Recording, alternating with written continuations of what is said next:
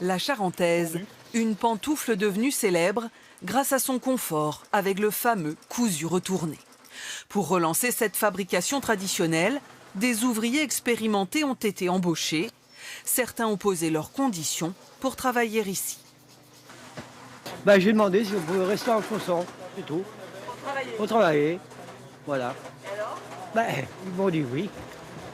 Martine Virolo, 40 ans d'expérience, a vécu 3 fermetures d'entreprise. Cette reprise d'activité est une aubaine pour elle. J'ai quand même un certain âge et puis c'est pas facile de trouver du travail. En plus, j'ai fait que ça toute ma carrière dans la chaussure, donc je voyais pas faire autre chose. Ça a été une chance pour moi, je suis très contente. L'âge d'or de la Charentaise, les années 60. Ici à La Rochefoucauld, une dizaine d'ateliers qui produisent des milliers de paires. 30 ans plus tard, la concurrence asiatique emporte tout et en 2019, la dernière manufacture disparaît. Le sauveur de la production en Charente, c'est lui. Olivier Rondino et son associé viennent de relancer la production dans ce petit bâtiment. Dans la famille Rondino, on fabrique des charentaises depuis 4 générations.